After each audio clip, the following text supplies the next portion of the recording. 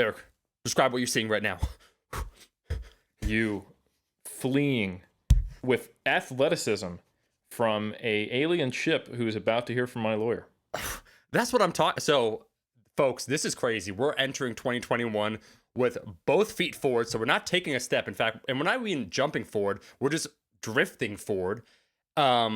There is something alarming. We thought we settled it in 2020. It was the start of the new, universe. We already established that Eric Helms had created the muscle and strength pyramids, the very first pyramids. We had to lay a smackdown on Egypt, and we won decisively. All over the world, people know that it's a known fact. It's a given. It's one of the givens that we could. The sky is blue. We have the pyramids. Now, these individuals, Eric, I am understanding this might be a universal issue, because I thought it was an alternate reality, but if you look behind me, there's a floating pyramid, and there's a movie release, and as we know, there's a lot of factual movies that if you look back in time, they actually predict the future. And one of them is basically our biography, Stargate, where there's a pyramid on another planet, and there's malevolent rulers that almost mirror, I want to say, the pantheon of Egyptian gods. They're trying to take over the universe. And so I just want to say, before I give you the floor, my man, we're not going to let this happen. Yeah. So couple things to consider just to kind of fill out the edges of that preamble. Yeah. People think a lot of movies are not based in fact. But, we have an oral tradition as humans. Yeah. And I think it's probably better default assumption that movies are based in fact unless proved otherwise. Right. And now Kurt Russell, stand-up guy, highly respected. Yep. I am actually of the position that he pretty much only does documentaries. Case in point, Tombstone. Soldier. Yeah, Tombstone. Yeah. Fantastic. Big Trouble in Little China. He solved it. Yeah. So given that, I think we have to take Stargate as factual. Now, here's the good news. I did some more research. These aliens who you know what? I'm going to actually give it to them chronologically. Yeah. They might have the pyramid at the right time. However, I couldn't find anything about alien copyright law. Okay. So I think we still have a legal defensible position. Yeah. So the idea that they would come after us when they only use them for planet enslaving, mobile world domination, Death Star like, trans universal dimensional travel, like, good for you, very cool. Theory of relativity broke it, but you didn't provide a hierarchy for nutrition and training understanding. So get your big britches where they should be, which is around your ankles, because Omar and I are coming to bring it to you with our lawyer. Whew. I mean, I'm just going to say they let their people down, because we have the highest calling, which is making people yakety yak. And if we take a look at some of the seminal films that once again throughout time are based on factual evidence, such as Fritz Lang, Metropolis, if we take a look at the German individuals who are running during one of the scenes of physical exercise, it was placed of high importance, okay? Keeping the society in tip-top shape. So that's all we're doing. We're carrying on that tradition of just making people, chef's kiss. And that is why today in this episode, this is a deep topic. And of course, guess who was maybe the springboard, the inspiration, partial inspiration? Of course, Mike Teixeira.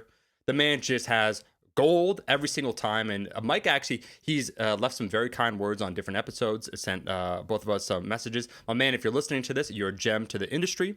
But he was talking, it was an open-ended conversation where basically questioning, which is what we love to hear, some of the assumptions of being a coach, such as the given. So that's why we're joking. It's like, it's a given about the pyramids, that there are some of these givens you'll hear coaches say, such as, here's one that he was talking about, and that is on the deadlift. If you want to progress on the deadlift, you need to deadlift, right? That's one of the givens, right? If you want to become stronger on a movement, specificity on the hierarchy, right? Specificity is right up there. Whoosh, you got to be doing deadlifts. And over time, with a wide enough net being cast of athletes, some of these fundamental assumptions are being questioned. And I think a very interesting conversation we can have, Eric, because I think there's a lot of people listening to these episodes that might be self-coaching, right? So to have a look into the mind of a world-class coach such as yourself, talking about some of the very necessary decisions that need to be made on a weekly basis, because I think there is a art and there's a science when it comes to coaching.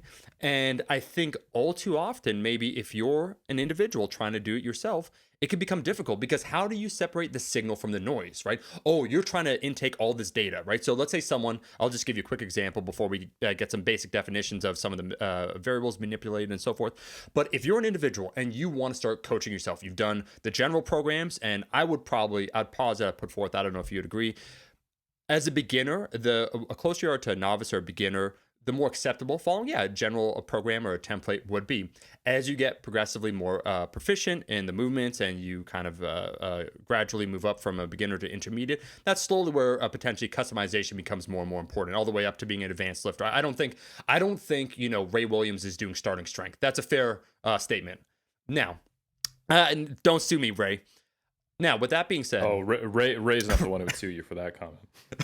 yeah, actually, Ray's like, yeah, of course. Why would I do starting strength? No, Ray wouldn't say that because he might get sued by the same person who sued you, who we will not name. But go ahead. We won't name. We got the pyramids, Eric.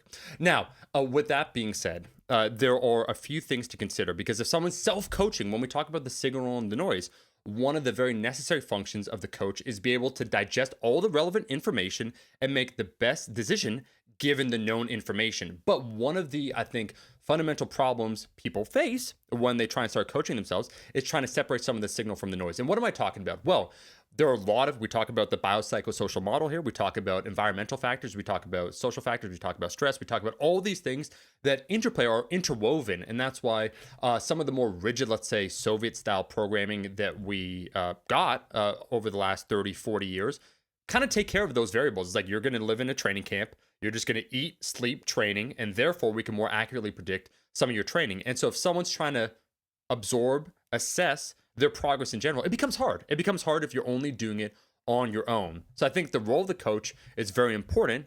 Eric, my first question for you would be give me a broad outline then of some of the essential roles of a coach before we dive into some of the choices and how you come up with some of those choices. So let's just get a working definition of the essential role of a coach. I think that's a great question. So, and I also really like the way you frame that up. And there's a lot to talk about here, I think, in really how we define and understand periodization and programming and day-to-day changes and how to make decisions. So, the role of a coach is to support the athlete and to best guide them to help them reach their goals. It is a client-centered approach, I think, for a good coach. But one where you're also making yourself available with your expertise. So this requires passionately caring about what the goals of the athlete are, being able to communicate really effectively, both listening and explaining things. The role of the coach is also to be able to differentiate, like you said, between signal and noise to the best of the ability. So it is better decision-making skills.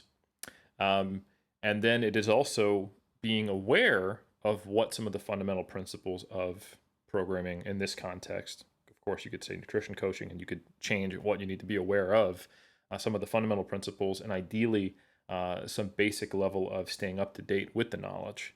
So I think between emotional intelligence and communication, care and a client-centered approach, and some of the things we talked about, being evidence-based, which includes not only using your experience in the research, but also focusing on individual differences and personal preferences.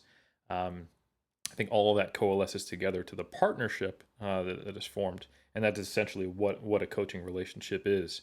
And it's mutually agreed on working together to achieve a goal, and being able to really to kind of bring it back to what you were saying, identify when things need to be changed, why, and then make rational, logical choices and changes that have, to the best estimation you can, the highest probability of being effective for solving a problem or making progress when it is stalled.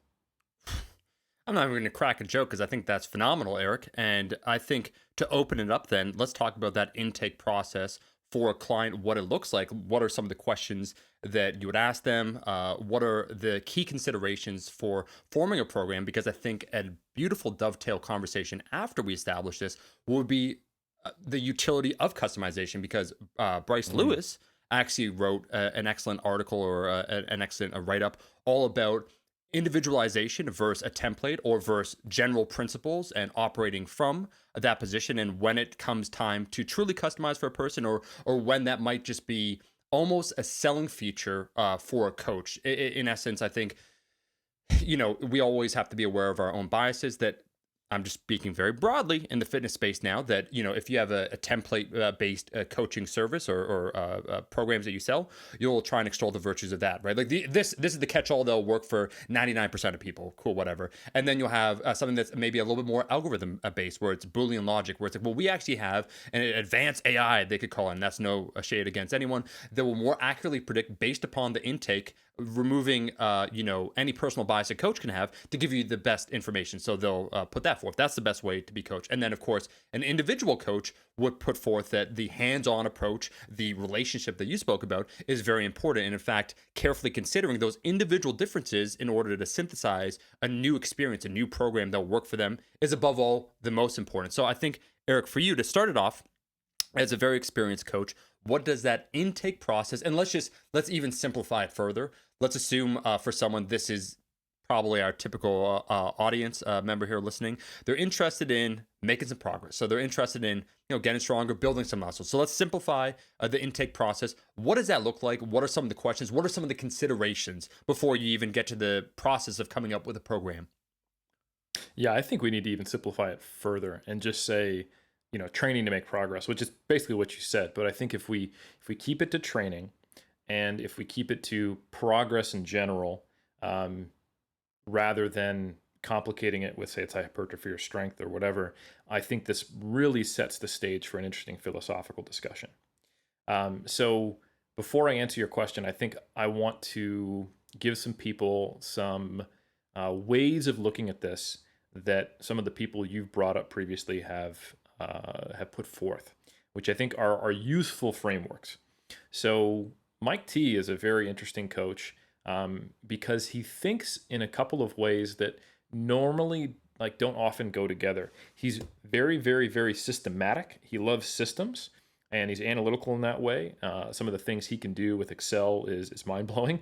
He would even describe it as Excel abuse, that he's probably using some other platform. But anyway, he's very well known for creating systems and having a very analytical mindset. But at the same time, he's also the godfather of autoregulation in powerlifting, which has an underpinning philosophy of individual differences and following response, reactive training systems, rather than dictating things from, kind of what he would describe as a top-down model. In my experience, just personality-wise, typically the more analytical, systematic people tend to be a little more top-down. What are the tenets of periodization? Let me create a rational argument. If then this, then this, then this, then this, and this, and here's your 12-month plan. Now, Mike makes the proposition that a bottom-up approach is far better than a top-down approach. But before we just fully buy into that and start operating from within that paradigm, I think it's also important, and Mike acknowledges this, that there is no such thing as a truly top-down or bottom-up approach. And many of the critiques of periodization as being top-down often don't acknowledge that in practice, typically coaches, even who take a relatively structured, traditional approach to periodization, do make modifications based on the individual response and sometimes bake that into their systems.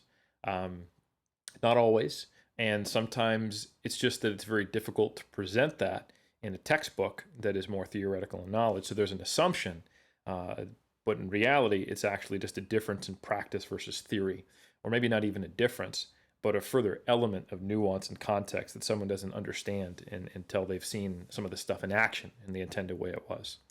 So I think the idea of a top-down approach, the argument to be charitable, to steelman it, is, look, we've got X amount of decades, since, you could make an argument that all the way back to like Grecian training for the Olympiad back in the day, the Olympics. But if we want to say, modern periodization theory, starting in the 1950s, 1960s to now, we've got 60, 70 years of establishing some principles that seem to hold true for general sports training.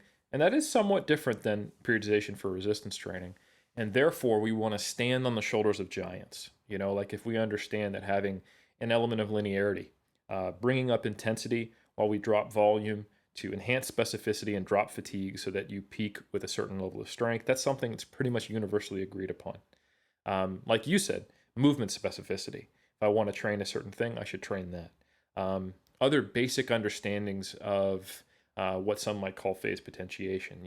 A bigger muscle is a stronger muscle, but heavy loads with low volume is not efficient for building strength. So therefore, we want to do some hypertrophy work before strength work. Things like that. Some of the concepts from daily undulating periodization are, if I have a hard day, I probably want to have an easy recovery day between that. And that could be used for technique work before I then do another hard day. So if you kind of take all of these observation-based principles and build them on one another, you get a pretty solid framework of what your micro, meso, and macro cycles should look like. And most people are going to fit into that general trend. Now, that is the most charitable outlook on this process. I would say, and I have actually seen this, it is a caricature in some cases, but not always. The uncharitable, or I would say maybe the less optimal way of applying this, is forecasting performance, putting everyone into specific blocks that have specific rep and set targets. And you can see this in literature, like, no, it's 5x5. Well, why is it 5x5 for Tom or Jill, right? Have we actually observed that that's best for them? Or is that just what in general seems to be a good, high volume strength based program? And then the taper needs to be this, here's how long it is, everyone needs to have an annual plan, et cetera, et cetera, et cetera. And then you start saying, hey, in 8 months, you're going to hit a PR by this amount because three weeks earlier, you're doing triples at 90%. Now, that is probably far too specific unless, like you said, you are living in that highly controlled, the kind of the image we all have in our head as Westerners of what it must have been like training in Soviet Russia, which is probably totally inaccurate and largely based on, Rocky movies. Yeah, it's okay. It's probably an element of truth as well. But nonetheless, that I would say I provided kind of both the steel man and the straw man of that. The same could be done on the whole bottom up side.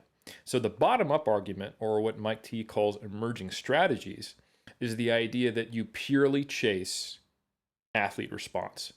So you eliminate a lot of the prior assumptions, and you just start with let's create in a case of emerging strategies, but you could actually do this on an individual session basis, right? So the way emerging strategies is set up, you start with a microcycle, you gauge response, you see how long it takes to hit the peak performance, and either then plateau or fall back in performance, and you go, right, that's the length of your mesocycle. After that, we'll do some type of deload or transition block, and then repeat it. If the repetition didn't work, we'll change something else, and then we can string together blocks that become emergent from what we chase as success. And if you have software to support you, like I said, or a system, Mike is very systematic, we can look at actual correlations between when you were the strongest and what changes we made. Like if every time we bring in X rep range, or X frequency, or X increase in volume, or X assistance exercise, we see Y performance variable go up. We're going to hold on to that.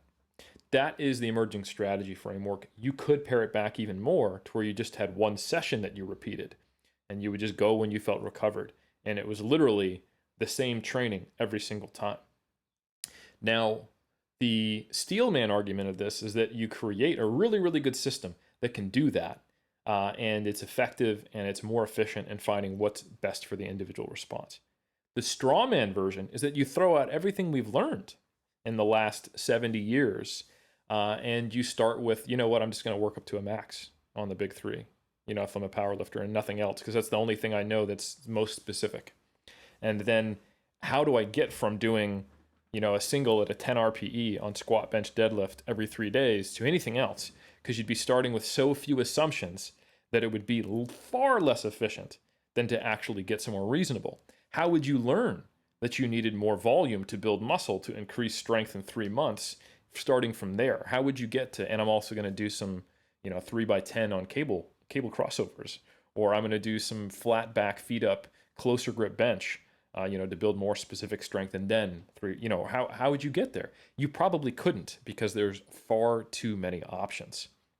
So the coach's job, and a well-informed coach will probably find themselves somewhere in the middle here, is to figure out where they need to start, what informs that start, and how they make changes. And it's a very obvious, based on the strawman options I gave, that you don't want to be at either extreme. Because if you start all the way on the far left, you're neglecting a bunch of data we have that says, well, you're not the mean response, you're not an average, you are an individual, but hell, there's a 95% probability that you're going to be within 2 standard deviations of the mean. So I would be foolish to abandon that when I see that it does work in repeated studies, and assume that you don't respond well to a linear form, that you're actually going to get stronger from sets of 10 than sets of 3, or that you'll get stronger from leg press than squats, or that doing hypertrophy work will somehow make you weaker than if we had just done strength the whole time. So all of those assumptions, if you abandon them, you're reducing your initial probability of getting to what is best for the individual. And especially when you're working with a lot of athletes and you have a whole career, it's important to remember that we have biases to where we tend to remember the outliers. Negativity bias, if you want to frame it that way, maybe not. Or even a positivity bias, if you think you're really good at uncovering these individual patterns, you could frame it that way, as thinking of the times when you had exceptions to the rule. And I will say that I would probably say that most, which lines up with the data we have, would benefit from a lot of those evidence-based strategies. So the question really becomes, is where do we start? Do we start with just creating a single session? Do we start with a microcycle like Mike does? Now, what goes into that microcycle?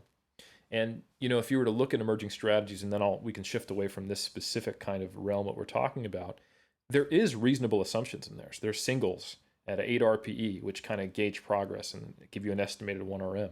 There's sets of 4 to 6 as probably where you start on the main lift.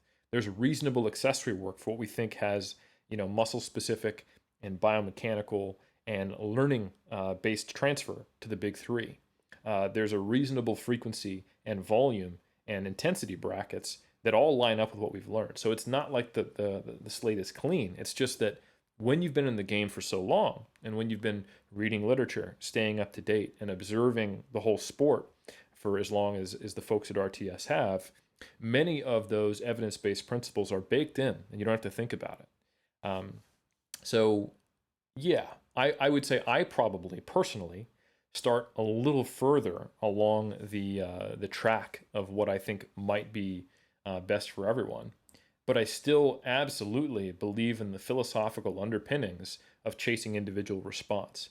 And I think the only difference is just that I'm so engaged with the literature and I've seen so much of it that it is, you could call it a bias, or I could frame it very positively for myself. I've read enough research that I have a better take on what everyone should be doing. I don't know if that's true, but certainly I put more stock automatically into well-controlled observations than maybe other people do, because I know what goes into the empirical method. Yeah, the best of both worlds. And I think just real quick, as you said, giving a steelman to emerging strategies, no one's saying that it's this extremely nebulous, amorphous, system was like, hey, what do you feel like doing? Well, let's just try and see what works, that there's underlying guiding principles. I do think this is a very interesting conversation, Eric, because it's also a question of the lifter themselves, how much they're willing to put into it. Because I was having a very actually deep conversation with Jeff Nipper, where we were just talking about, the different levels, let's say, of fitness IQ that occur when it comes to a lifter. He's made probably, I don't know. So for those that are unaware, Jeff Nipperty has a fantastic YouTube channel. It gets, he has a few million subscribers. It's not unheard of for his channel to get over 1 million views for a particular video. So that's a very wide net. But he was lamenting to me a little bit, just, he'll make a video on RPE, he'll interview you, he'll interview a few other people. Very clear, concise information. I think he's probably at the top of the game when it comes to trying to make more complex information easily digestible for the masses. That's one of the things he excels at. Cool. And he's made, I don't know, Eric, maybe 5, 6, 7 videos on RPE, talking about it, training hard, proximity to failure, all these kind of givens that I think the Iron Culture listener probably understands from listening to Iron Culture and other places. But when he asked some basic questions just to see some of the basic proficiency of some of his listeners, they failed. There was a large portion that's still some of those key numbers, right? So just, hey, do you understand this principle, or let's talk about this or whatnot, and asking some questions, general questions, that he was actually getting a little disheartened by the response. And I think that's the lure of a more simplistic notion, the idea that it's almost scary, the magnitude, I would say, because what we're really talking about here when we talk about lifters working with the coach, or even themselves, like trying to get to the root of things, there's a high level of responsibility, right, placed upon yourself to, one, not only educate yourself, understand your own training response, to be able to start, grading things, assessing performance, all these little manipulations that need to be done if you want to try and have a better understanding overall of your training. But it becomes scary when that weight is placed upon you rather than just sort of simplifying the world. And so my question for you, and that's why I liked what you said, essentially the best of all worlds, where it's like, hey, we understand what the research shows, and that there's a very high likelihood, if I'm starting right out of the gate with you, I think it'd be a question of also proficiency. That's what I was getting at. That if someone's a beginner, we're not going to, okay, emergent strategies to the max. So it's like, hey, let's find out what works for you. It's like, well, we know nothing about you. And it's a safe assumption that by and large, within these standard deviations, you'll fall somewhere within that. And as we get more information from using perhaps a more top-down approach, then we can start opening it up a little bit, because we have no information. So I think, would you agree with this, Eric, that some of the people that have the highest success with a more bottom up approach are individuals that they walk into the conversation with the coach with information already in hand, some level of information, some level of understanding. You're not walking in completely blind. Is that a fair statement on my part?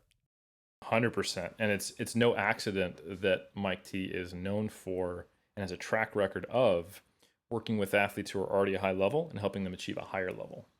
And so absolutely, when you're working with someone who's already, got like a bronze medal in the squat but hasn't placed in the top 3 at Worlds for their overall total, and they're in the top 5, that didn't happen overnight. Almost in every case, they have at least a couple years of powerlifting specific training under their belt in most cases. Not always, there are people out there who are just that talented, but that means not only are they coming to the table with information, but also you, in the case of the example we're giving, is coming to the table with experience doing this before. So this also matches up with some of the data we have on periodization. So when periodization is compared to a non-periodized program, the differences favor periodization more when you're looking at trained participants. So when you have untrained participants, periodized or unperiodized doesn't make a big difference. I know I've talked about this on the cult before, but the definition of a non-periodized program in the literature means that the rep ranges don't change, the sets and reps don't change, and you're typically just training to failure, and you're just increasing load to hit failure, or reps within a rep range to hit failure. So it's basically the same training exposure each time, even though there is progressive overload. So it has progressive overload, but it's not periodized. And that's typically the comparison when you see that. And periodized programs typically outperform non-periodized programs, but to a greater extent when you're dealing with trained people. And there's also some data that would suggest that nonlinear forms of periodization, which are a little layer of added complexity, not complexity for complexity's sake, but to try to maintain multiple adaptations so one doesn't decay, which is probably a concern more so for an advanced lifter, because each one of these adaptations they have is more advanced. So the decay rate is going to be a little quicker, and then it slows down. You lose a little bit, and then you're kind of a little more intermediate, quote unquote, on that stat, if you will, and it's not going to decay. So this is also sort of backed up by some data on aerobic training showing that individualized programs for novices don't do any better than stock standard. So when you're so low in your progress towards your capacity, your peak potential, if you will, almost anything moves the needle and moves it to a very similar magnitude. So you don't need specialization until you have special problems, which comes from your individual nature, and as you start to hit plateaus and you start to slow down that rate of progress. And smaller differences can be the difference between a measurable difference and not even seeing something change over any kind of reasonable time frame. So that's the point at which you need to start thinking about that stuff. So by the time you get to that point, you have already been a novice and at least an early stage intermediate before you start to plateau and need more specific individual solutions. So yes, you're bringing to the table an awareness of your ability to gauge RIR, like get some concrete stuff, what volumes typically seem to work for you, what you did or didn't recover from, how to integrate into your life. If you have X amount of volume requirements and you have X job and X family, then Y would be my frequency and my days off and my time off. And if I have to train 2 days in a row, those probably won't both be squat days. I might move my lifts around. So you have a lot of this understanding on how to live the life of a lifter. You're not just trying to fit, squares through round circle holes. You're actually able to construct a program that you can meet your goals with in a way that does fit what you know, and that has given you information, and you've seen your rate of progress. You know something about what you need to do in the kitchen, in the gym, what you can expect for the future, things that have worked, things that haven't worked. You can eliminate a lot of things, provide more constraints, so when you move forward, you have some, you have a pen light and a little bit of the map as you enter the cave, and then the coach is the person who can go, right, I actually have some tools to get more pieces of that map and turn the intensity on that flashlight up a little bit. Essentially, what a good coach should be good at is being able to pick up on patterns faster than you can. And I think this is why it's really important to be able to have some type of, at least a logbook, if not, tracking software or ability to look at changes over time. Because the funny thing is you'll get personalities of coaches that can be far more top down or far more bottom up, and either one can go poorly if they don't pay attention. So the caricature on the top down is someone who likes rules because they remove ambiguity. They have let's say a poor relationship with uncertainty. So they believe everyone should respond when you do things right. And I learned this in school, or I learned this in my certification, or I learned this from a mentor, or I've clung to the system or guru, even if it's science-based. Let's say there's someone who loves these tenets of periodization. And that's what the programs look like for everybody, with small deviations based on like very obvious individualization. My back hurts. Okay, we won't do deadlifts. Like that's not auto-regulation. That's just not being a moron, right? So you're doing these very, very simple things, but everyone is filtered into the same program. And if it doesn't work, you don't know why. Additionally, because you have the answer, and this is the way to do it, you're much less likely to like track progress, see what works, see what didn't work, because you've already arrived on what feels optimal. What is the safety blanket for you? These tenets, these rules, great. Let's see how you do. And if you plateau, maybe your genetic ceiling, or maybe you don't try very hard. Maybe it's nutrition or something else. But I can't fix you because you already gave you the best program. So they're not paying attention to individual response, but they have these really complex spreadsheets, all this stuff. And I think that is sometimes what people get frustrated with when they think about the caricature of the evidence-based is all these rules, all this science, all this complexity, but it doesn't work. They throw their hands up, right? On the other side of it, though, there's you can't tell me nothing. I've been in the game. I know what works and what doesn't. And maybe they're also highly intuitive. So it looks more bottom up. Like, we'll see what works for you. We'll do this. We'll set it up. But it's really just kind of like training by feel. And this is something that coaches do less, but individuals I find fall into this trap a lot.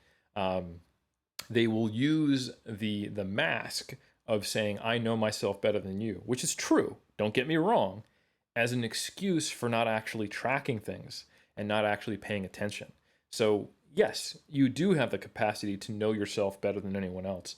But if you're not paying attention, if you're not writing those things down, if you're not seeing how you feel, if you're not being self-aware, you're not tracking internal load or external load, it's very difficult to see those patterns. And you end up just kind of being the guy who always comes in and does 225 for 10. Because that's what you do. Yeah, your RPE went down. Did you go up in load? No? Well, okay, fine. You've been an intermediate for the last 5 years. And I think that's what a lot of people end up finding themselves at. And then if they also tend to be a little more protective and defensive, someone else who might be watching them and be like, why don't you do X, Y, and Z? And then it's like, hey, nobody asked you for help, which is true. Don't give unsolicited advice, folks. But that person, what they actually, if they did want to progress and what they actually would need would be to pay attention a little more. They can still train by quote unquote feel. However, if they paid attention, saw what worked, saw what didn't work, and they can make those connections, their feelings would probably tell them, I actually like progress and I would like to keep connecting more dots.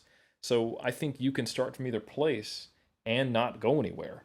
It is really one key element on either side is that you just have to pay attention and make adjustments to what does and doesn't work. Even if you start really far down the line with a highly prescriptive kind of more characterized as top-down approach, or if you start bare bones, let's just eliminate as many assumptions as possible. Either way, you've got to be able to do that, though.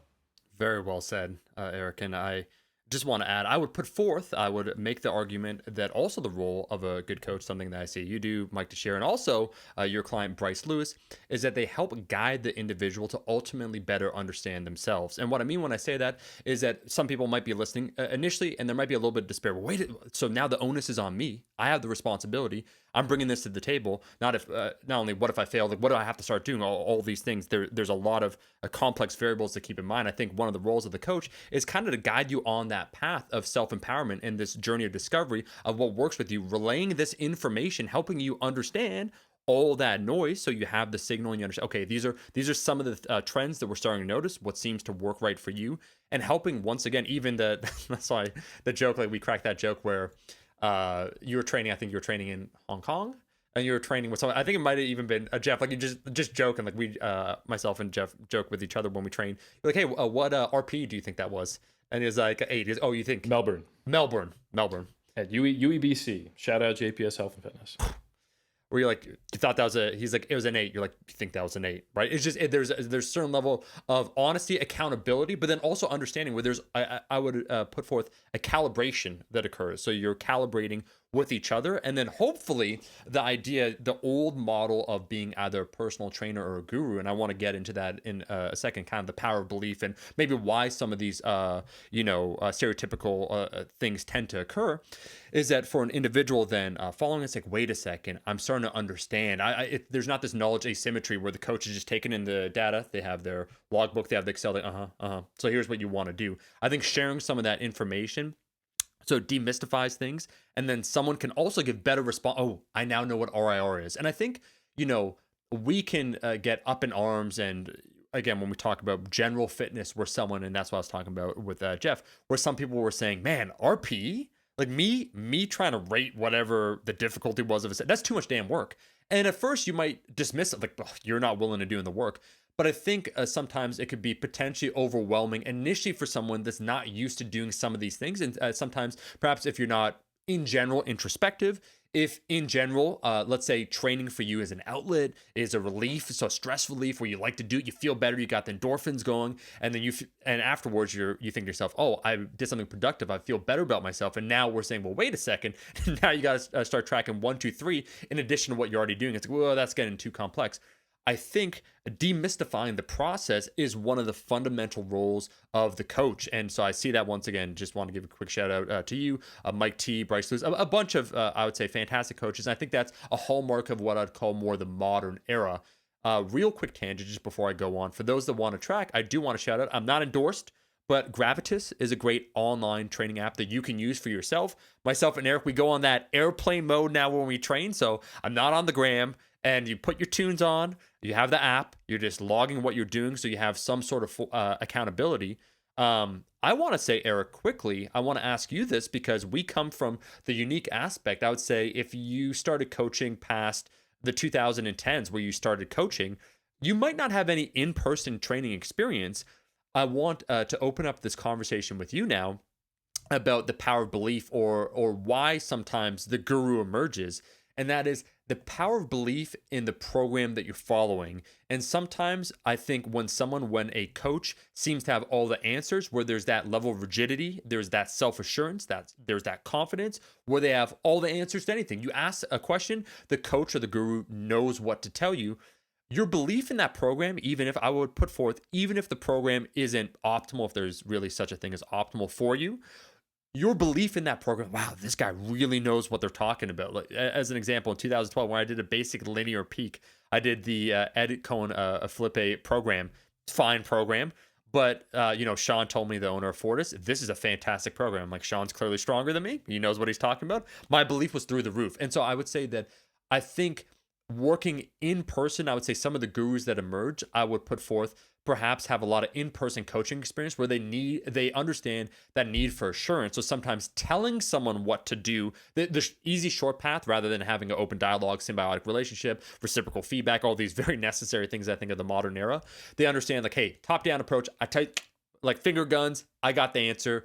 The person is nervous. There's different categories of lifters. They're nervous. Whoosh, wait a second, that's what I got to do. Now they have the answer, and they could almost attack a program that might not be set up perfectly for them with more vim and vigor than if they were uncertain. And I think that's maybe something that tends to occur also with people that self-coach, is like, how do you become confident then in your own programming when you have so many open-ended questions, right? You need that confidence in yourself. So I'm just wondering, Eric, the open-ended question for you, the role of belief when it comes to the client in the coach's capabilities, if you think that is potentially one of the reasons why, especially in the old guard, we saw a certain level of almost necessary self-assurance, a survival instinct by gurus and coaches to put forth that error so people have that confidence. What role does belief play when it comes to the client-coach relationship? And then do you think that is potentially one of the mechanisms, one of the reasons why we saw it being so prolific before this modern era? I think it's potentially a feature or a bug, I think is the way to look at it. And I'll dive into that real quick, though. I just to give some context to what Omar's talking about. Shoot. This is Gravidus. For those who are on the video, I'm showing my bench relationship between volume and estimated 1RM over the last year. And that's the type of thing where I can look back. I have my entire history of the RPEs, the loads, the sets, and the reps that I've ever done on bench. And then I can actually confirm what I think I'm observing with, okay, yeah, I notice my volume goes up, and then I have a temporary drop in bench performance. As I bring it down, it goes up for a while, and then it'll drop if I don't bring it up again. I can confirm it. I can see that in my log. So anyway, Gravidus, that's Gravitus. It's available on is it on Android yet? I don't know. It's on iPhone only. So I got an iPhone, Eric, 2 years. That was one of the reasons why I got the iPhone. And now I don't know after all these years of having an iPhone for 3-4 years if they have an Android, but maybe. I don't think it's on Android yet, folks. But hey, if more people who are using iPhones use it and help the company grow, it could become available as well on Android. It's free. And we're absolutely, it's free, and we're absolutely going to have to check that after this and potentially edit this out.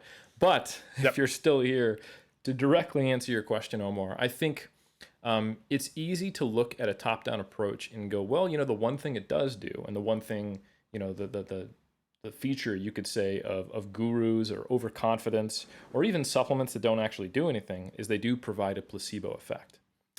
But in my experience coaching, and actually as an athlete, because you probably wouldn't be surprised by this, but I tend to want to understand what's going on under the hood as a generally curious person, is that only works with certain personalities. Yeah. And I've understood this in reverse, because I think it's natural to assume that other people have some of the same motivations and thought patterns that you do, which of course is not true. And the source of almost all human conflict is assuming other people are like you. But, or even worse, wanting them to be like you, and even more worse, forcing them to try to be like you. So, but Very and I think true. there are parallels to that in coaching.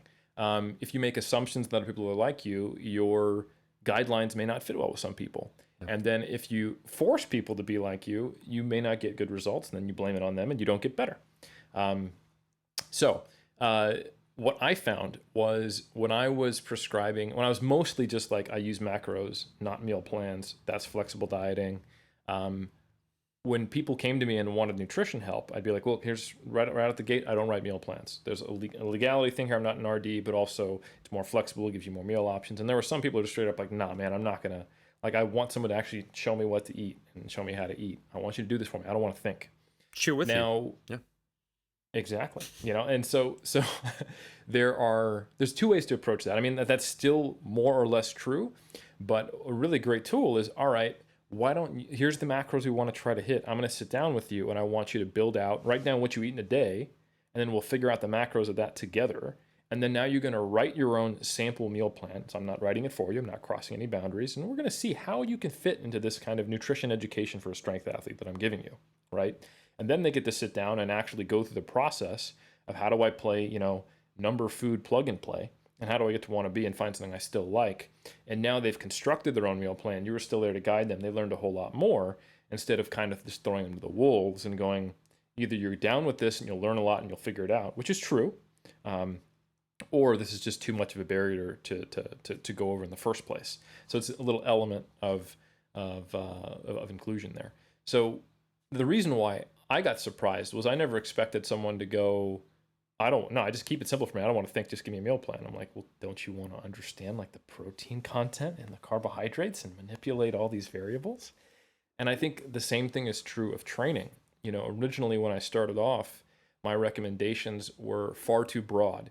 I would tell someone, I want you to have this frequency, at least this frequency per muscle group, at least 2 times per week, this amount of total volume per week. And I want you to include like a horizontal push, a vertical push, a horizontal row, a vertical row. So like, all the planes of movement, a squat pattern, a deadlift pattern. Here are the guidelines for that. And if you're a bodybuilder, it doesn't have to be a squat or a deadlift.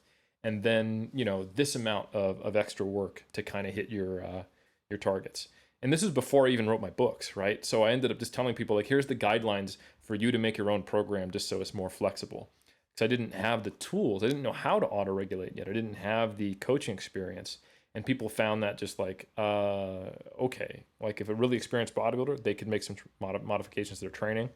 But there was no feedback system there. That was basically just like, cool, I had a one-off consultation, but I'm paying you for ongoing coaching. I guess you're just going to adjust my macros, So that's not ideal.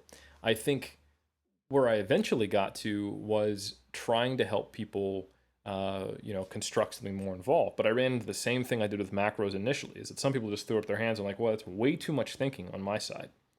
So some people will straight up tell you as a coach, I am a good soldier. I trust you.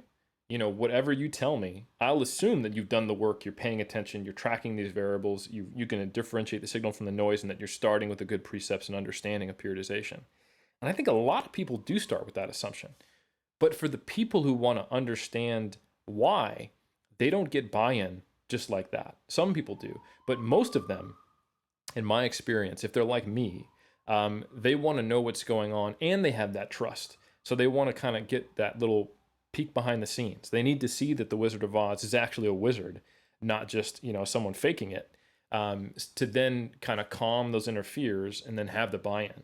So when I work with someone, it needs to be a little more collaborative. If I'm the athlete I'm speaking of, to some degree, because I believe that I'm actually going to be able to be more active in giving them the variables they need to optimize. So I know I can improve their pattern recognition.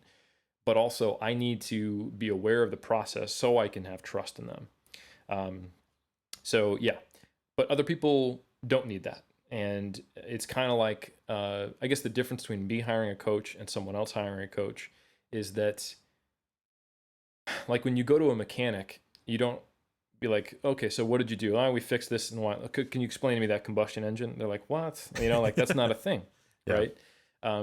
The expert's job isn't to make you an expert. An expert's job is to use their expertise. Yeah. And when an expert hires another expert, it gets a little more complex. And I think with weightlifting, the longer you stay in the game, and especially if you have a certain personality, expertise happens. If you drive your car for 30 years, if you never learn how to drive stick, if you never change your own oil, all that stuff, you just get better at driving. Ostensibly, at a certain point, you get too old and you can't see well, and then your kid has to tell you to stop driving, and you fight him on it, and then until you hit somebody, and it's a tragic ending. But I got dark there real quick. But you get my point: is that driving doesn't make you a better mechanic, right? But lifting weights for a long time probably will give you a little more insight into the programming process. So I think yes, it could be a positive feature. You could get the placebo effect, but the problem with the fully top-down approach is that it is true that you know yourself better than anyone else. That's just an undeniable fact of life. You are, especially with online coaching, it's not like every time you lift weights, the coach is right there with you. You could sort of make an argument in an era where if you always went into the gym and you were part of a system, Like we talked about earlier, the caricature of the Soviet system. The coach knew the times you slept, the food you ate, where you lived, and when you're in the gym, you're being watched by him. You can make an argument that that top-down approach would avoid most, but not all, of the downsides of not getting input from the athlete, because they could observe at least the responses they believed. But you can take that a step further and just get a coach who starts asking questions, starts getting some feedback. How hard was that session? What was the RPE? How was your sleep been? Et cetera, et cetera, et cetera. And they can eliminate some errors, shorten some time frames, and improve the rate of progress by optimizing the feedback.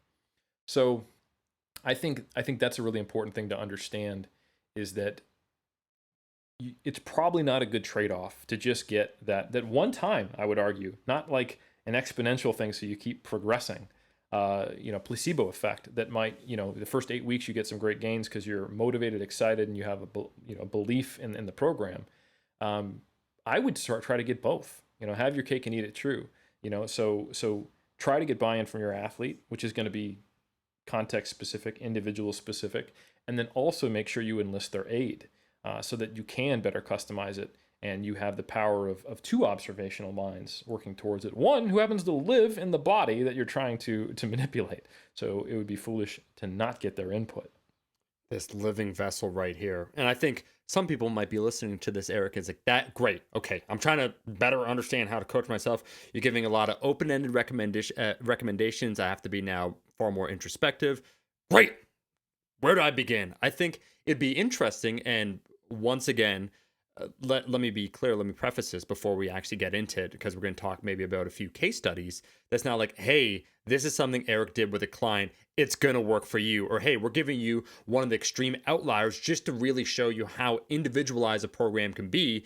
You're definitely going to be an extreme outlier, and you're going to need a customized programming to this extent. But I think just getting into your mindset, into that mind space when it comes to coaching an individual, and some of maybe the challenges, the assumptions that were challenged, some of the questions that you had to reframe and rethink in order to find success with a client. It made me think about this in particular because Mike Teixeira, when he kind of said that one of his base assumptions, hey, you want to get better at the deadlift, you got to deadlift. It's like, but I've actually experienced in certain cases, so this isn't his generalized approach, but in certain specific cases, that someone might benefit better from deadlifting rather infrequently, if at all, in order to make progress. So Eric, maybe if you can throw on your hat now with a certain case study of maybe a specialized example that, once again, I gave that preface that this won't apply broadly to everyone, but just to show kind of that process of, okay, outcome-based decision-making, what's going on, what's our feedback here, how do we incorporate that new information to make a better decision?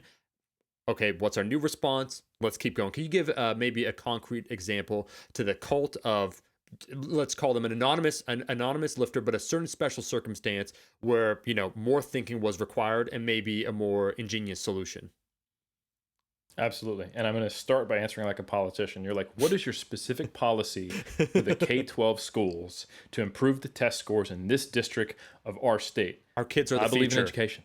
I believe kids are a future. They're the most important part. Thank you very much. No time for any questions. No. So I'm going to start. I'm going to start a little broad, but then I will absolutely give some concrete examples. So I think a really important aspect, like I said, you're going to start somewhere along the spectrum of far less assumptions to a few more, hopefully, that are based on evidence and your experience. And then you need to chase athlete response. That's regardless of where you start. Now, I think you can only get so far by chasing athlete response depending on where you start on that spectrum. And here's a good litmus test. So wherever you start philosophically, because I can't say with confidence where you should start. I can say what my biases are, what I think, but it's going to be very dependent on who you work with, for what purpose, and the type of athletes you get and all that stuff, and in their level. So can your program that you start with, because it's always going to be relatively systematic to begin. There's going to be a few different things like, what are the goals? How many days per week do you have available to train? Do you have prior injury history? What do we know? So there's a limited number of variables that can go into the initial space because you don't have feedback yet. So you're going to have more templated based programs. Most coaches, and I know this happens, this happens, basically they think of, who is this client similar to? Let me go find that spreadsheet. I'll modify it slightly based on their intake form, their preferences, and their schedule, and here you go. So it is inherently not that customized to start compared to where it can get.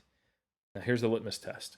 Can the place where I start through observations take me to a place that's very different from this? And if you go too far on either end of that spectrum, it's very difficult to. If you have a highly regimented, systematic approach with a lot of assumptions based in that, even if they're evidence-based, and that person actually is one of those exceptions to the rule, it's going to be very difficult to actually find what does work best for them. Because if there's 3 or 4 things that you're doing that work best for 95% of people, but they, in each one of those cases, happens to be one of the 5%, then you have to remove each one of those layers before you start to see a positive response or a better response. So you essentially, if you think about a ship traveling a direction and you're very confident you need to go northeast to get to where you need to go, but you actually need to go southwest, you can go, a couple different degrees. You can go north or you can go east, but those are still really far away from the direction you need to go, and you're not going to see a positive response. So that can happen with a highly regimented assisted. It can also happen with a very, very, very, very bare bones no assumption system, because that no assumption system is going to be inherently very specific. Typically, if we're talking about strength, it's going to be narrow, and you have to add so many things to get going in the direction versus subtracting. So it's the same problem, just the inverse in both directions. So that's your litmus test, is where I'm starting, able to take me someplace that's pretty different from that through observations. Like, for example, I'll use a good one. If you only base it on an individual session of the microcycle, it looks like your basic strength block. And this is someone who would do better from a phase of hypertrophy training, followed by a phase of strength training, followed by a peaking phase, your standard periodization. How could you ever know that if the response during the hypertrophy block is not that good, but it enhances the subsequent block? So it's a second order effect. You have to be able to see a previous mesocycle's effect on a subsequent mesocycle to know that that's how they would best respond. Can your microcycle or individual session-based athlete response get you there? If the answer is yes, awesome. If the answer is no, that's a potential blind spot for you, and it may or may not be worth it. Okay, so that was my, although probably more intricate politician, but general philosophical response. To give you some very specific guidelines on when I have done this, I have worked with some people who, actually, I'll give you an example right here. So Jeff Albert, who we recently had on, I've had the opportunity to program for him a couple times and also to train with him. And one thing I noticed was that when I trained with him, I made great progress in my lower body, and I actually stagnated in my upper body lifts. Overall, Jeff is someone who's trained across a spectrum of high volume to low volume, and he's found that he basically gets an exaggerated response to resistance training. He's a high responder, unsurprising when you look at the guy. But he's a high responder both in terms of how much fatigue he gets from training and the amount of stimulus he gets. So he basically needs a lower volume approach with the higher effort. That's what that shakes out to be optimal for him. And he's tried other ones. And that doesn't work well for me, except in apparently I have, pretty responsive lower body. In my upper body, I have consistently found that I need more volume to make consistent progress in strength or size, and even to maintain size. So that whole thing like, you can cut your volume in half your upper body and maintain your size. It sure as hell doesn't look like it for me when I do that, So that was an intriguing thing that I found, that if I wanted to take a high intensity approach for my upper body, it requires some concessions, which become apparently obvious that it's not ideal. So as an example, if I came to someone and they started from a HIIT paradigm, they would probably, based on their biases, go, well, this seems to be working. His squat's going up, his deadlift's going up, or whatever lower body exercises we had. He seems to be growing there. But we're not in the upper body. I wonder if there's some injury or issue where we need a different movement. They would probably turn over a lot of stones before simply just having me do more. Because why would they expect a weird response in 2 different regions of the same person? It's not super normal. It's not uncommon, but it's, people do have weak points, of course, but that's not something you would land on. Likewise, in modern era, if you were a more volume-based person, you could give Jeff a high volume program. He would respond because he responds, and he did respond that way when he did, but he would be pretty wrecked for it. And he would be struggling, and he would need more frequent deloads. And you would essentially start to see that, man, I'm not really, like, he's growing, but I've got to take a deload every 3rd or 4th week, or he's burning out, or his strength starts to taper at the end. And then, when I do take a deload, it seems like he really needed it, or he's more prone to take random off days or get aches and pains or things like that. So in these cases, you would find that an overall lower volume, high intensity approach would work. You also run into essentially bottlenecks when you get to a high level performance with some athletes, where sometimes the amount of work they need, or not necessarily the volume, but the amount of stimulus they need is so challenging to them that it creates its own bottleneck. So one example that I've used a number of times with Bryce Lewis, he started out as a conventional puller. And there was a time when he could pull both sumo and conventional a hair over 700 pounds. Now he could pull 800 and a little bit, like 815, I think was his pull at his mock meet. We switched to sumo not because we thought his leverages were better for performance, but because when he trained sumo, he was able to train with a higher frequency, which allowed his, basically his lower back wouldn't get jacked up. So it allowed his squat to perform better, and it allowed him to maintain a more than 1 per week frequency on the deadlift. So switching to sumo essentially just removed one of the roadblocks to keeping progress going. And when you're someone who is at the time, trying to get into the, a low to mid 600s squat, a mid 700s deadlift, and a low to mid 400 bench press, there's a lot of competing signals there. There's a lot of stress, and that's just a lot of load to put through a body, even a robust body like Mr. Brycey Poos. So we found that once we switched to sumo, we were able to basically drop his overall fatigue, or what some might call, we got a more advantageous stimulus to fatigue ratio, right? Another example, I have a female athlete I've worked with for a long time, and the numbers, when you hear them, they surprise you. All right, so best squat, should I put them in pounds or kilos? Do you think it matters? Give them both. Give them the option, Eric. Okay, so best squat is right around 190 pounds, so which is like low 80-ish kilos. Best deadlift, however, is 300 pounds. Those normally don't go hand in hand. However, this person has long arms and pulls sumo and does an ultra wide stance, but has very long femurs. So when she squats, she folds in half, has a prior back injury. It takes a long time to recovery. Every rep looks slow, because it just takes so long to travel that far. It's also demoralizing because it compared to her other lifts. This is someone who can bench well over body weight. So it's a good bench, solid deadlift, but a squat that they are basically embarrassed by. So if we tried to bring up that weak lift, what would we do? A high frequency on it? Well, that jacks up our ability to do deadlifts. It makes them go into every session dreading it. And so the overall adherence, enjoyment, effort, and kind of existential enjoyment of the process of training goes down. And the benefit is very slow rate of progress. So we were able to put 2.5 kilos on a high frequency, high intensity like squat specialization. But is it worth basically plateauing, risking injury, not seeing any progress on deadlifts to get 2.5 kilos on the squat? Probably not.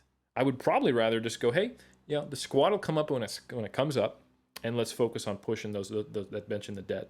And that actually ended up being what was better for enhancing the overall total for this person. And then the bench went from around 135 up to as high as 155, and that's not even related to the squat. That's not even like the same movements, Obviously, this is a lighter weight female, so she had a really good arch. So it could be that some of the lumbar fatigue was causing problems there. So I think that's another example of being able to manipulate some of these things and get a better outcome. And yeah, I would say, my own personal experience, one of the things that I observed was that I'm not going to say this is just because magic fat loss happens from nonlinear dieting or anything like that. So check out the great convo we had with Jackson Pios, Grant Tinsley, and Danny Lennon. But I noticed both in the off season during mini cuts and during prep that I had more consistent linear drops in scale weight when I would use periodic refeeds. And that's not to claim any metabolic magic. I'm just that alone. But the reality is that when you see your weight loss stall, often what you'll do is increase cardio or drop calories. And if your weight loss is stalling for reasons that are other than fat loss, let's say I was retaining water, you're more prone to drop calories lower and do more cardio, both of which can result in outcomes you don't want. The interference effect, not low energy availability, and you could start to get some of the negative effects of being in a deficit earlier.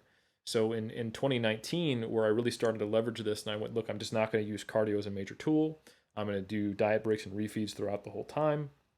I noticed that I had quad separation that had previously been like the bane of my existence as a bodybuilder. That I would probably over diet, over leverage cardio, and I always had kind of this fatigue, blurry look to my legs, and it was very hit or miss. Even when I was shredded, some days I would look up and be like, oh, I can see cross striations. The other day they kind of have like loose separation. It would look like I'd backslided 12 weeks in my legs within 24 hours sometimes. That was especially true in 09. In 2019, my quads were always the sharpest part of my body, and they leaned out first. And I think a huge part of that was just that I was able to make the overall dieting process less stressful. But that was only something I observed from actually not even the way I set up my approach, because my approach was my approach. It was the way it was at the day at the game at the time, and that was the game plan I took.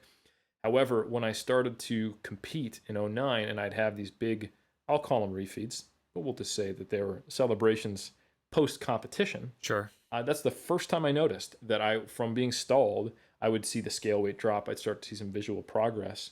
And it was because of these going out of the deficit. So that's when I first started to experiment with it. Then I confirmed that through multiple times in the off season. I did some mini cuts, noticed that I kind of plateaued in my weight loss. I think, I should be losing weight. All right, let's try it again with a refeed. Next time I do a mini cut, oh, wow, the scale weight drops are linear.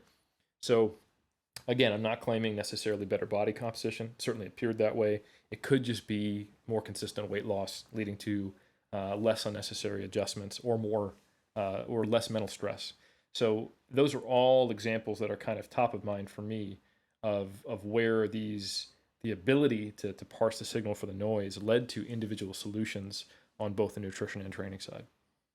I saw those quads in person. Okay, I saw them feathers, so I can attest to that. It's weird that you didn't mention the one weird trick, which was just leg extensions with a hold at the top that like really just whoosh, that area that you needed to bring out. Pa!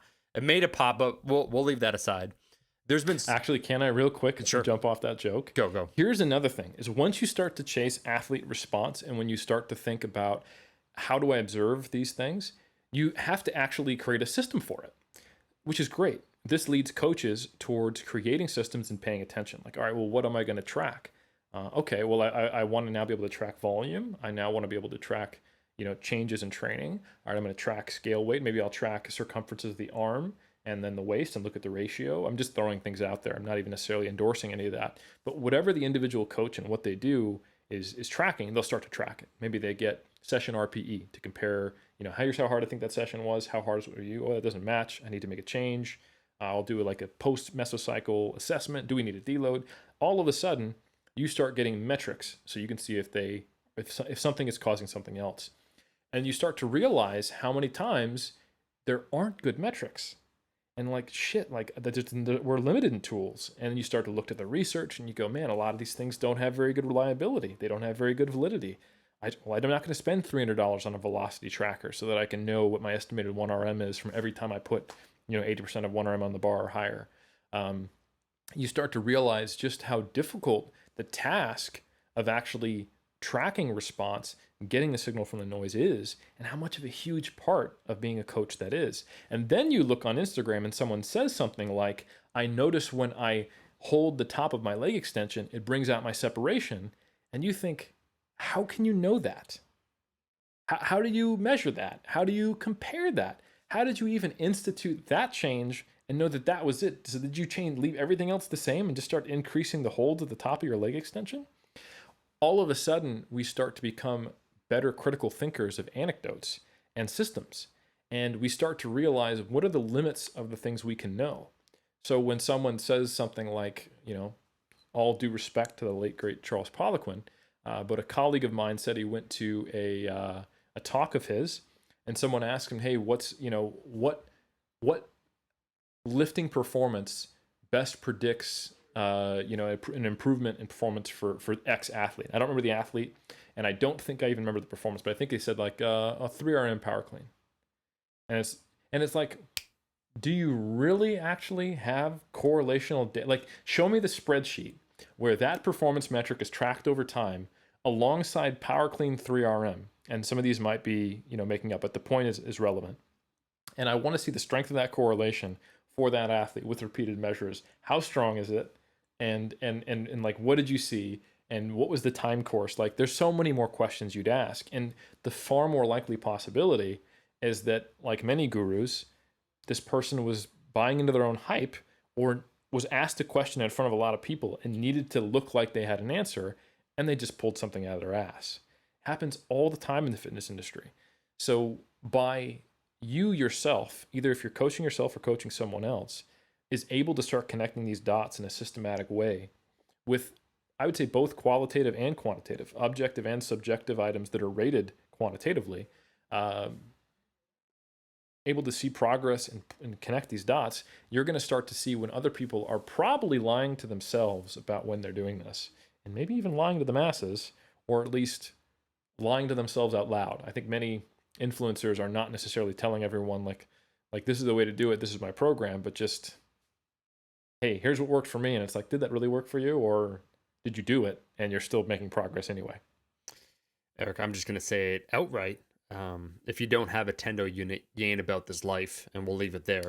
I think there is so much that has been said in this episode that's powerful that I essentially want to ask one final question before we wrap it up, because there's been a lot of great takeaways if you've been listening. And that is, I'm wondering, in this results-based economy that we live in, Eric, that if there might not be an unfortunate outcome when we base a coach's expertise by and large on the gram, on the results, and that is there's oftentimes a lag when you accept a new client, and especially I would put forth if you're a good coach while you're trying to discover, so you're trying to deconstruct everything they've done before, understand this new intake of this person, and then build a new strategy because wherever they were wasn't working. So now we have to come up with a new strategy that will actually be victorious in this new iteration. So my question for you, because I will see, I'm speaking very broadly on the gram, that the thing that people will extol once again, if they're trying to get new clients, they're top of the line results. So whoever they got the results of the most. So this guy came in, didn't know what was going on, 50-pound increase in the squats in 6 weeks. So people become attracted, almost, I would put forth, to those that are a little bit more top down. And what I mean is that you join them, they give you right out of the gate, they're like 1, 2, 3, 4, go ahead and do this. Rather than, I would say, a bottom up approach might take, because you're slowly adding things, you take everything away and now we're slowly going to add, might take a little bit longer. Then unfortunately that lag time might be misinterpreted that the coach is ineffective. And I've actually seen rumblings of this, and I won't name which top coaches not have been accused. It's like, oh, like anytime a new athlete, like a top tier athlete, goes with that coach, it seems they get weaker. It's like, well, what's the time course? Are we talking 4 weeks, 6 weeks, or a year? And I think, and the last thing that I would state is that a good coach over time, it's like an investment where initially you're figuring things out, like, hey, what stocks, what am I trying to invest in? What am I trying to do here? And then once you start figuring out what's working, the yield you get is stronger almost and stronger. And so it's normal to have that leg. But unfortunately, once again, because you're trying to get results to look sexy, it's kind of like, let's say for strength athletes, their numbers are their physique. So showing, an improvement is the way that you sell your coaching. That some coaches almost suffer because, hey, Coach A, on average, their clients seem to get a 5% boost when they join with them. Whereas Coach B, same time course, they kind of stay the same or actually get worse. Therefore, the coach that improves them right out of the gate is a better coach. Is that something we expect? Is that maybe one of the unfortunate outcomes that we see? So here's a powerlifting coach's worst nightmare. Silver medalist at Worlds, high expectations, big presence on Instagram. Right. Okay. They come to you 7 weeks out from Worlds. It's enough time to write a peaking block, and they say, I want to work with you. You're on the up and coming, right? You know what you're doing, but you have not made it big, and you have the chance to work with someone who is on the cusp of being a world champion, and they're crushing it on the gram. So you take them on, but you don't sleep because you don't have enough information to know what to do to get them. So it is your best guess. You have very little confidence this is actually going to work. And I think this is even more problematic in a I would say a consumer reality, which is, I think we can't just blame this on the consumers. I actually think the coaches do this a lot, where coaches are treated like appliances. And I wrote an article about this, I think in 2019 on my blog, and I said, I either titled it coaches on appliances, or your coaches in a toaster, or something like that, where essentially a service industry, like we talked about, a relationship is treated as though, okay, I'll buy the 12-week program, I'll assess my gains, and I'll give you a rating on Google. I'll let you know on Yahoo or on Yelp how you did as a coach. And that is absolutely treating coaches like commodities. If you're a good coach, you should be able to give me the program and I will do well. And it's kind of the same mentality where you get that Instagram comment. It's like, hey, I'm 6'3", 180, and I'm 34. What's the best program for me? And it's kind of this assumption that there is a right answer. Good coaches have it, and they will get you results. And I think the reason why I said I don't just blame this on the consumer, I think coaches do more than the consumer to amplify and perpetuate this myth, because how do they then sell themselves? 12-week transformations. And then how do they bolster their own egos and try to build up their credibility? They take credit, to the degree that they can without pissing off their clients. They're like, hey, team X, Y, and Z got X number of pro cards, or team X, Y, and Z got X number of this. Or if they're really arrogant, it's not even team. I got this number of pro cards from my athlete, which happens less, but every time I see it, it makes me want to throw up my mouth. So it perpetuates this mentality of viewing it not as an investment and as a partnership over time, like you so aptly framed it, but as a good coach should be able to take any person off the street, and it's a magic trick, pull a PR out of a hat, And I think the best coaches are people who are able to connect a lot of dots, extract information, and make good guesses that are more likely to succeed. And when they don't succeed, that is an opportunity for them to get even better. So I think it is very intimidating when you get a high profile athlete with a lot of potential in a short time frame, especially if you get the sense that the athlete has put you on a pedestal, put your method on a pedestal, or has expectations based on your reputation. And that takes some work on the front end. And I think my message to all the coaches when you are in one of these positions is to set realistic expectations and to really encourage the person to frame your relationship as a partnership and an investment, and say, I'm happy to do my best we can for the next 7 weeks. I think we should probably do what you've previously done, because obviously you're doing pretty well. You're a silver medalist. And then afterwards, and not that we can't change a few things that I have a reasonably high, confidence will work. Things with basically a low risk of harm and a high risk of a payoff. There'll probably be a very small payoff, but why not? Is to then go, right, but afterwards, we've got a lot of time before you need to do nationals and then qualify again. And we're going to scale things back. We're going to peel back as many layers as we think we can until we get to something that we know is a blank slate for you. It's not a blank slate. We're not eliminating concepts like linearity or lift heavy to be stronger, but we are going to see maybe what is the bare minimum that we should start at, that we have a lot of confidence is effective for you based on your experience, my experience, and what I know. And then from there, we're going to start to try some things in a logical, sequential fashion, of course, and see if we can get closer to plateau breaking for you for next year's Worlds or something like that. And I think that's the mentality you have to have. And it's a very challenging thing to work with a high performance athlete, because it's difficult to sit a year out when you're at the peak of your class. When every time you step on the platform, there's somewhat of a dice roll on all the various things that happen and all the other top 5 peoples for whether or not you're on the podium. Bryce Lewis is an example who I've worked with since 2010.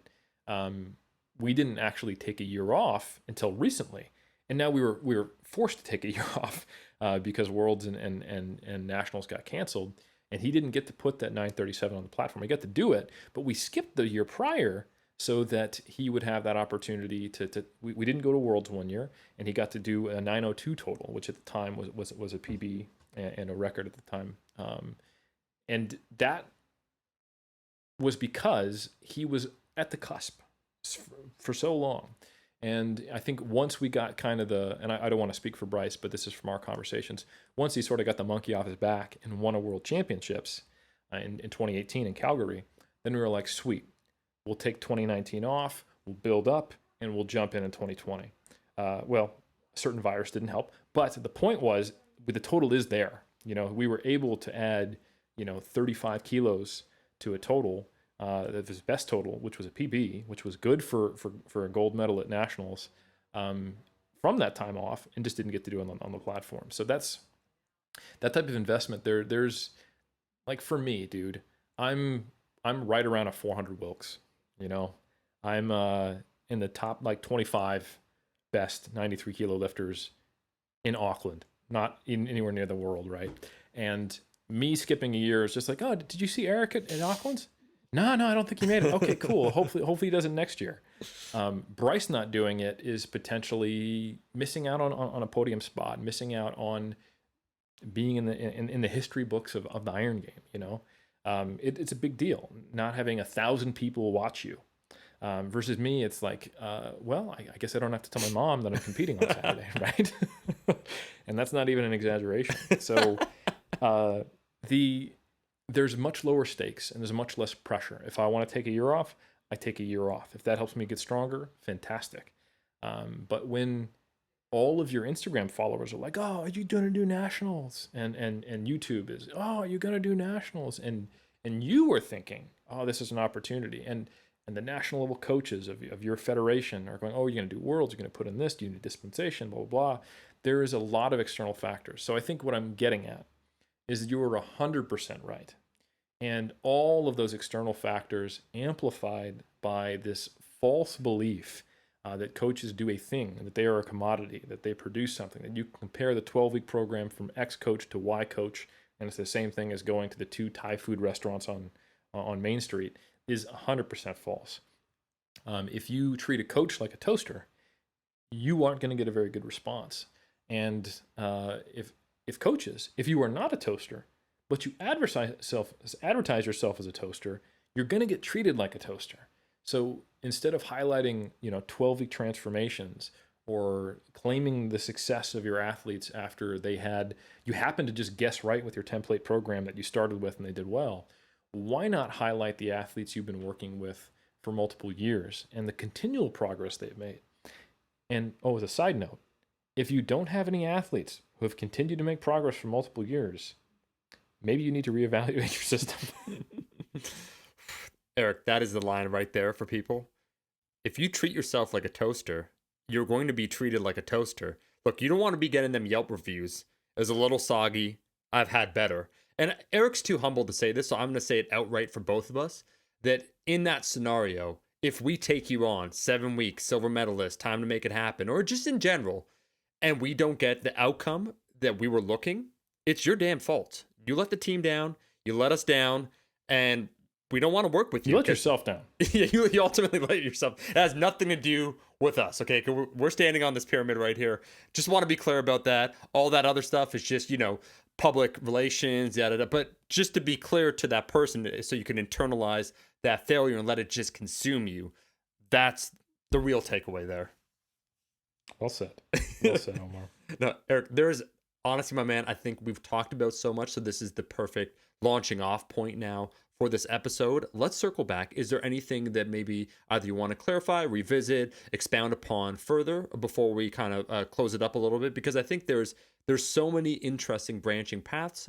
We went down many of them. I think even though we're talking about coaching and we're using coaching as a catalyst of self-improvement for a lifter, improvement for a lifter, a lot of the underlying principles can be applied to yourself. And I got some bad news for you, okay? Because you're probably getting hyped listening to this. You're like, damn, Eric really thinks about these things. He's a cerebral coach. This is awesome. I want to work with him. Spoiler, you can't. So you really have no option. Right. You really have no option now but to work on yourself. So I want to open the floor to you before I will say that I am the chief scientific advisor to 3D Muscle Journey, and all of our coaches use a systematic approach Yeah. to creating initial programs based on initial client data, Yeah. and interacting with you, figuring out what you did previously, and then they chase athlete response, and I keep them up to date with the latest research. So while you can't work with me, you can work with us. Yeah.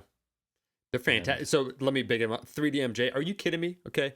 One of the damn innovators in this game. I was a little, so Eric, you know me, sometimes I misinterpret things. When I sent my check-in photos to Alberto, he said, good job, next time, put on some pants. And so obviously I would just put forth that everyone should actually spend the time reading the intake form and what you're supposed to do, just so there's no miscommunication like that. More than that, it was a tip-top experience. I think what he actually said is, once again, I'm not your coach. Oh, right. Don't send emails to the entire team. It's not even your check-in day. You didn't flex. You had your pants off to show a muscle group we're not training, and you'll be hearing from our lawyers. Wow. You see how easily confused you can get, Eric? What a wild world, bro. What a wild world. The importance of communication. Very, very true. So yeah, in all seriousness though, to kind of circle back, if I want to do the summary of this episode, yeah. All training exists on a continuum of being a little more top down or a little more bottom up. And I think it's okay to be either one, because it is relatively an arbitrary line in the sand. And I wouldn't say that, don't change anything week to week except for one variable is always true. Like, do we really think 3x6 is that different from 3x5? Is going from 3x6 to 3x5 to 3x4 in the same mesocycle really different than staying at 3x5 in all three cases and just doing more load when the RPE allows? Probably not, Changing multiple variables to great degrees does cloud things a little bit. So anyway, the point being, somewhere along that spectrum, you have to draw a line in the sand, and where do I start? And the litmus test for starting either too early or too far down the track is, could I get to something pretty different to where I started if that's where athlete response led me? And if the answer is no, then you probably need to go a little more in one or the other direction if the problem is that. Secondly, even if you do take a little more of a top-down approach and you work with a lot more, I would say soldier mindset style, relatively early novices, remember that even if you are the one who is more or less in charge of training, you want to get athlete response variables. You want to know how hard sessions were, how close to proximity to failure they were, how many days a week they can train versus they should train versus they want to train, versus how much sleep they're getting, all these types of things. So don't mistake a preference or a population, or maybe you're working with a whole team. If you're an S&C coach listening to this, to where you're like, look, I can't be super individualized, bottom up, auto-regulatory master. That's just not the situation I'm in. That's fine, but you do need to find some way to get the athlete response so that your programs are better than just downloading a PDF from some influencer. So that's all I really have to say. Oh, and then finally, since we just covered it, I'm not going to spend too much time on it, but you're not a damn toaster.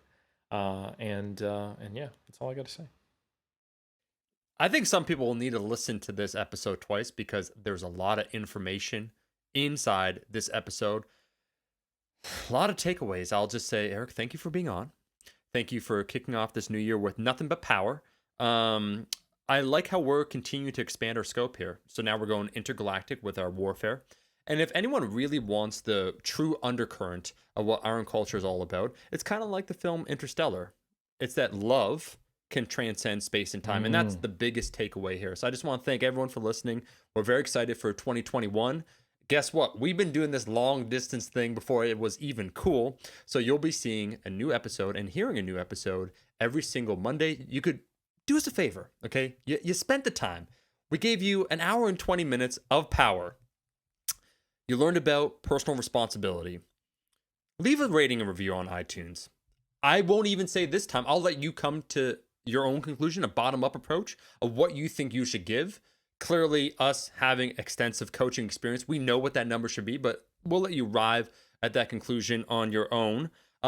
If you want to leave a comment, go ahead and leave a comment on YouTube, and we'll see you every single Monday from now until we take over that pyramid.